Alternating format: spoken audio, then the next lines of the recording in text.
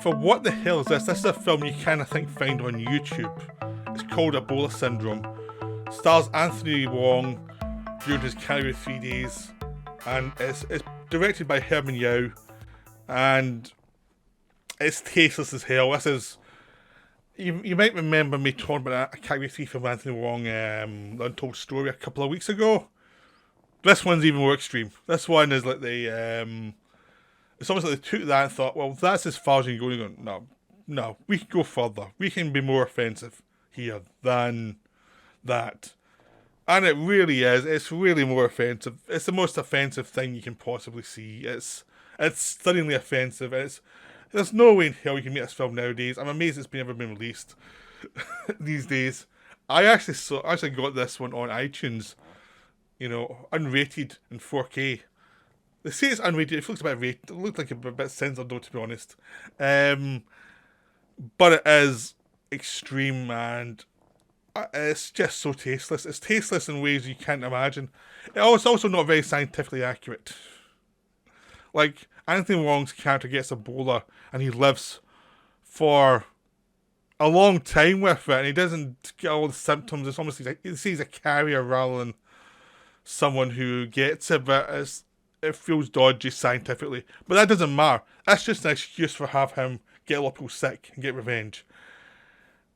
And this character is, if you see Untold Story, you thought the villain in Untold Story, this character there, was sadistic and odd and crazy.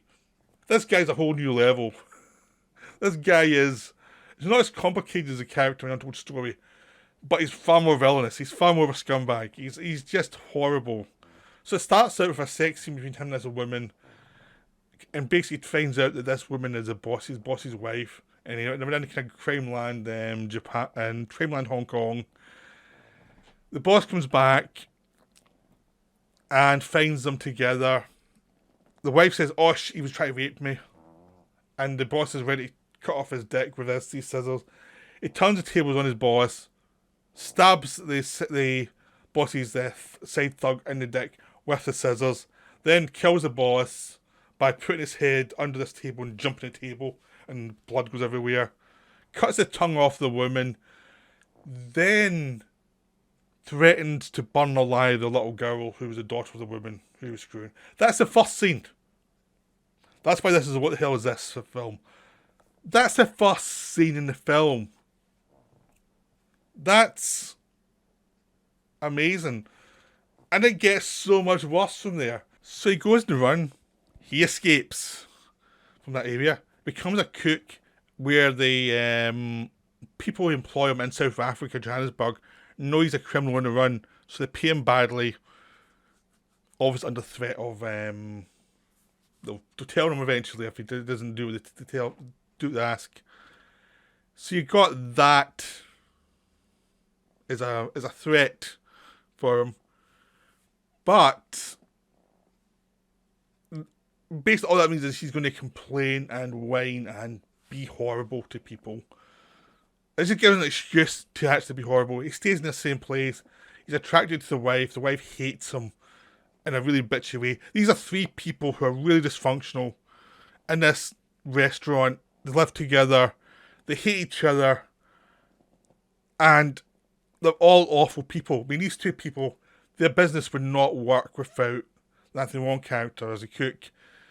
So, but they abuse the hell out of him. He's whiny and horrible, and he will abuse the hell out of them quite easily if he could. So you can understand why they're trying to keep him down. And it's just these three people who should not be anywhere near civilization. She watched them for a while, basically bitch at each other. Eventually, they're trying to find some fresh meat. And Anthony Wong goes with them, and they find out, goes with the husband. They go to this tribe in the outskirts in South Africa, who have an Ebola outbreak where they're buying the meat from. Oh, but it's only a few people there, don't worry about it. Then Anthony Wong, they get in a car crash on the way back. Anthony Wong walks away for a bit, finds this woman who's fainted on the riverbed, and he rapes her. It turns out she's got Ebola. That's the picture I've got behind me. It's like Honestly, he gets Ebola from raping a woman with Ebola. That's the plot of this film. That's how sick it goes. You know, he ain't seen nothing yet. Then he goes back, and once he realizes he's sick and he's in no help from these people, and he hears the plan just to kill him and dump the body, he absolutely brutally murders these people, rapes a wife in a horrible fashion, in a very public fashion in this film, then cuts up the bodies and serves them as hamburgers to the customers, which of course spreads Ebola even further. And of course, obviously, when Anthony Wong in the calligraphy film is cooking, you do not eat what he's cooking. At this point, someone's actually cottoned on that he might be the killer from Hong Kong, because she half recognises him, because she was a little girl in the first scene. Now it's 10 years later and she's grown up. But the police don't believe her, even though she says, look, I think this is the guy, you should at least investigate it. Oh no, we're not going to do that, because the police are stupid. Then they realise this guy is dodgy enough to investigate. He's left Johannesburg to go back to Hong Kong, and left a whole range of Ebola victims all throughout the town. Everyone is dropping dead with these bloody hamburgers, and they've spread the disease to everybody.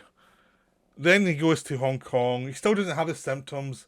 He hooks up with an old girlfriend who he was fond of. She's a boyfriend who's a heroin addict.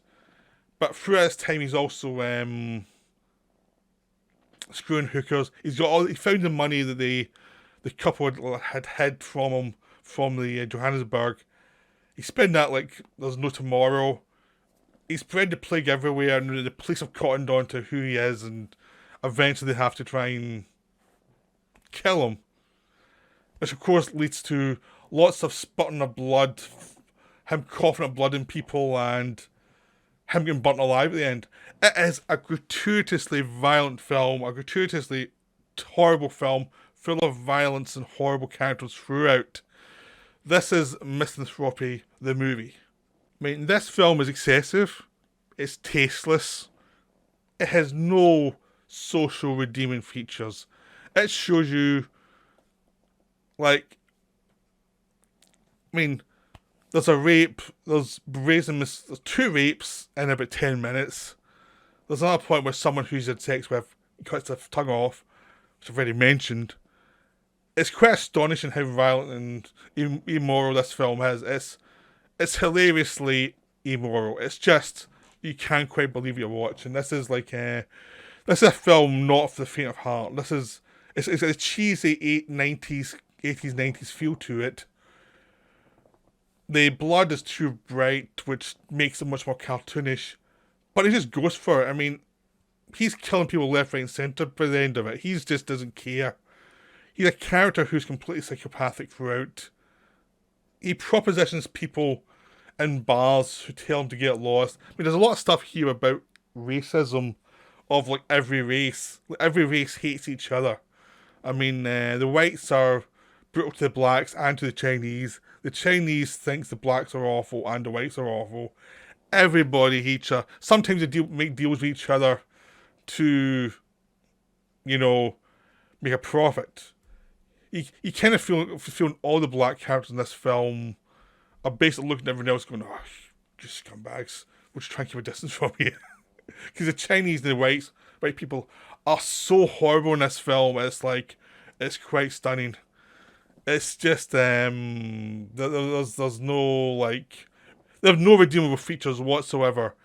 I mean, if any non-Asian film director had made this film, he'd have been called hateful to Asians really quickly. This is like, it's like the central characters are horrible. They are horrible. I mean, they are brazenly racist towards the black people in this film in a way that's like, wow. And it's like, and everyone gets what's coming to them. It's just stunning how viciously horrible this film is. And even for Category 3 and Hong Kong in the 90s, I was wondering, didn't anyone think, like, maybe this is too far? Maybe we've gone just that bit too far. But not.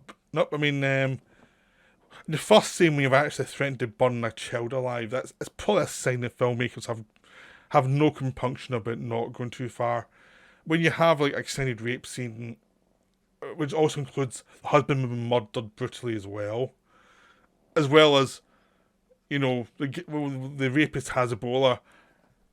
It's just shocking. Plus the fact that the victims in this scene are so horrible as well. You can't have much sympathy for them. So you're just watching it almost like you're watching this like these horrible creatures being vicious to each other. Because I mean, they barely feel human by that point. That's just so horrible.